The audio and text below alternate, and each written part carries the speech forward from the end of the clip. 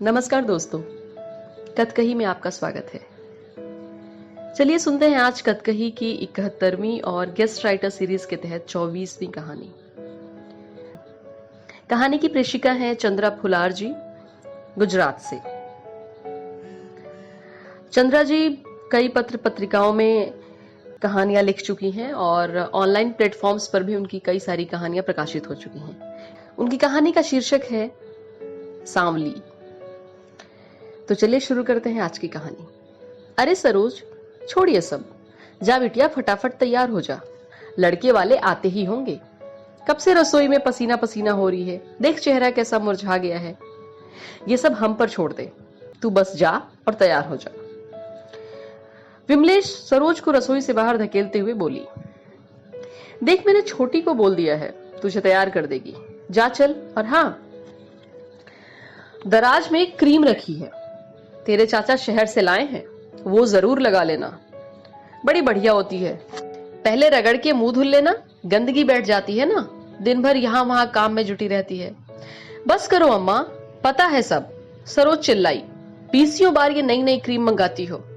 अम्मा ये लीपा पोती करने से कुछ नहीं होने वाला, और ये जिसे गंदगी कह रही हो ना अम्मा, हमें बहलाने के लिए, यही हमारी असलियत है।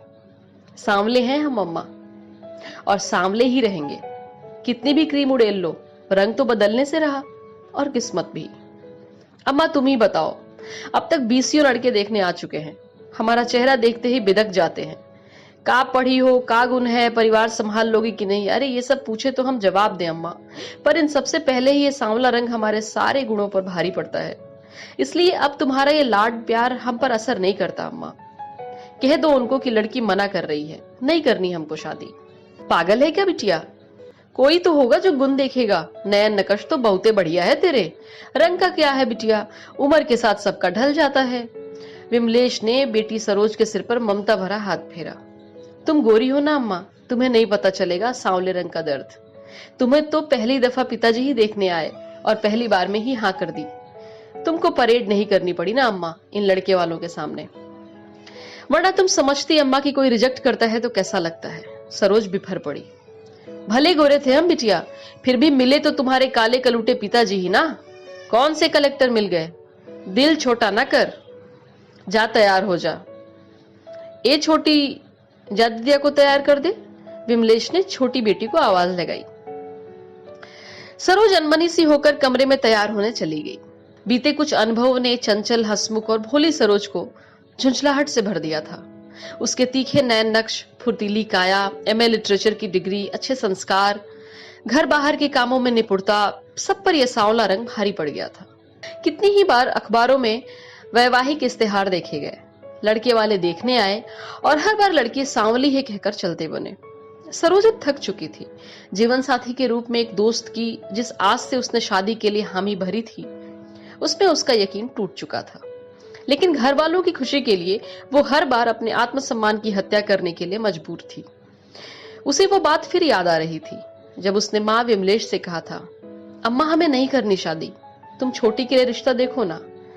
पर विमलेश ने कहा था कि बिटिया आज हम हैं तेरे साथ और हम हमेशा नहीं रहेंगे, बाद में छोटी और भाई अनिल भी अपने अपने परिवार में लग जाएंगे, उस वक्त बिटिया अकेले कैसे जिंदगी काटोगी। देर से ही सही, हमको यकीन है तुम्हारे लिए भगवान ने जरूर कुछ बढ़िया सोचा होगा। अम्मा के पास सरोज की हर दलील का जवाब होता। सरोज पहले लड़ती फिर चुप हो जाती। इस रविवार फिर अखबार में इस्तेहार देखकर लड़के वालों से बात की थी, आज वही आने वाले थे। आह धीरे कर, जड़ से उखाड़ देगी क्या, बाल सवार रही छोटी पर सरोज जोर से चिल्लाई। अरे दीदी आराम से बैठो, पता नहीं कहाँ खोई रहती हो, बाल सुलझाने में थोड़ा दर्द तो होगा ही ना, देखो अभी झट से तैयार कर देती हूँ तुम्हें। छोटी करीने से बहन को तैयार कर रही थी। काजल, बिंदिया, लाली, चाचा की लाई हुई क्रीम, पाउडर सब लगाकर जितनी मेकअप की कला छोटी को आती थी सब उसने सरोज के चेहरे को संवारने के लिए लगा डाली थी। देखो लग रही हो भला किसी हीरोइन से कम, सरोज को आईना दिखाते हुए छोटी बोली। देखना तेरी इस हीरोइन की लड़के वाले कैसे धज्जियां उड़ाते हैं। भीतर के डर पर मजाक का पर्दा डालते हुए सरोज छोटी को जवाब दे रही थी। तभी हल्ला हुआ, लड़के वाले आ गए। सरोज ने गहरी सांस ली। छोटी ने झांक कर देखा, 4 लोग थे। लड़का, उसके माँ बाप और बुआ सोफे पर शान से बैठे हुए थे। दीदी, लड़का स्मार्ट लग रहा है, अम्मा बोल रही थी। बीएड किया हुआ है और शहर के किसी इंग्लिश मीडियम स्कूल में पढ़ाता है। छोटी ने सरोज में उत्साह भरने की कोशिश की। रहने दे छोटी, जब वो बेढंगे लड़कों ने रिजेक्ट कर दिया तो ये कितना काबिल लड़का क्यों भला हाँ कहेगा। हट, मैं चाय लेके जाती हूँ, जितनी जल्दी जाएं उतना अच्छा। सरोज ने जाकर चाय मेज पर रखी और अम्मा के बगल में बैठ गई। बिटिया ने अंग्रेजी में एमए किया है, घर का सब काम जानती है, सिलाई कढ़ाई भी कर लेती है। आप लोग चाय लीजिए ना, विमलेश बोली। बेटा तुम भी कुछ बोलो, लड़के की माँ ने सरोज की ओर देखा। जी, वो चाय कैसी बनी है? सरोज को उस वक्त कुछ और नहीं सूझा। ठीक है, पर वो क्या है ना कि हमारे वहां चाय में दूध जरा ज्यादा पसंद करते हैं, इतनी काली चाय तो कोई नहीं पीता। लड़के की माँ रौब दिखाती हुई बोली।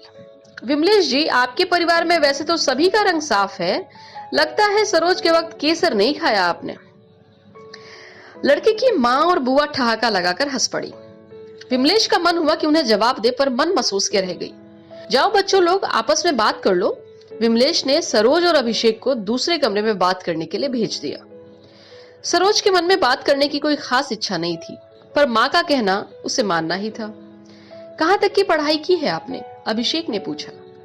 जी, एमए इंग्लिश लिटरेचर से, सरोज ने नपा तुला जवाब दिया। क्या करना है पसंद आपको? मेरा मतलब शौक क्या है? अभिषेक ने उत्सुकता से पूछा। कुछ खास नहीं, कभी कभार गाने सुन लेते हैं, सरोज ने रूखा सा जवाब दिया। जी, आप मुस्कुराती नहीं है क्या? अभिषेक माहौल को शायद थोड़ा हल्का करना चाहता था। सरोज ने अभिषेक की ओर देखा। जी, मतलब कि मुस्कुराकर भी बात की जा सकती है।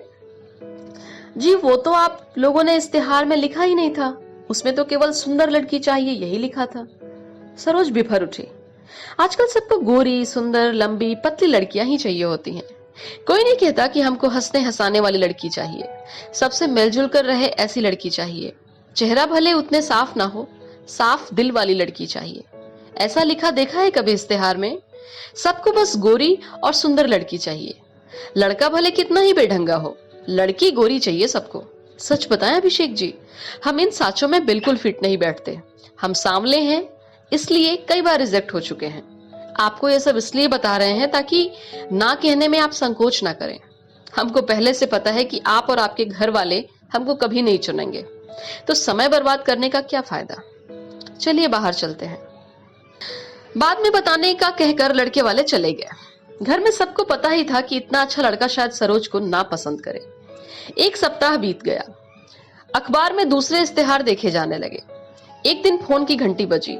छोटी ने फोन उठाया। सामने वाले को सरोज से बात करनी थी। छोटी चिल्लाई, दीदिया तुम्हारा फोन। सरोज ने फोन लिया। सामने से आवाज आई, शादी के लिए लड़की चाहिए, सबको हंसा सके, घर का माहौल खुशनुमा बना सके, और हाँ, दिल की साफ होनी चाहिए। मिलेगी क्या? अभिषेक जी, सरोज ने आवाज पहचान ली थी। जी, अभिषेक बोल रहा हूँ, आपसे शादी करना चाहता हूँ सरोज जी। आपकी साफगोई का कायल हो गया हूँ। आपसे मिलकर लगा जैसे तलाश पूरी हो गई हो। आपके साथ मैं अपना भविष्य देखने लगा हूँ। शादी करेंगी मुझसे? और आपकी माँ जी, वो हमें कभी स्वीकार नहीं करेंगी। जी, उन्हें मैंने समझा दिया है कि मुझे आप बेहद पसंद हैं। एक सप्ताह उन्हें ही मनाने में लगा। मुझे तो आप पहली मुलाकात में ही पसंद आ गई थी। मैंने तो फ्यूचर प्लानिंग कर ली है। यही गांव में गरीब बच्चों के लिए स्कूल खोलना है। आप प्रिंसिपल होंगी और मैं मैनेजमेंट देखूंगा। अब बस आपकी हाँ का इंतजार है, प्लीज जल्दी बताएं। जी, हम तैयार हैं प्रिंसिपल बनने के लिए, सरोज मजाकिया लहजे में बोली। और शादी? अभिषेक के सवाल में उत्सुकता भरी थी। जी, वो एक सप्ताह बाद बताएंगे, कहकर सरोज जोर से हंस पड़ी। बहुत समय बाद वह खुशी से दिल खोलकर हंसी थी। तो कैसी लगी आज की कहानी आपको?